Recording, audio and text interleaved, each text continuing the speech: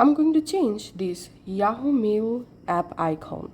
First of all, to get a new icon, go to your browser and search for any icon. So I'm just using this icon to change or replace with this one. Now you have to open the Shortcuts app on your iPhone. From Shortcuts library, tap this plus icon to create a new shortcut. In search actions, you have to choose Open App, then tap on App.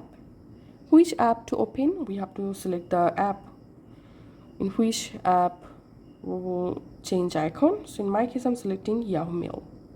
Now, tap this arrow icon, tap on Rename, and type here the app name.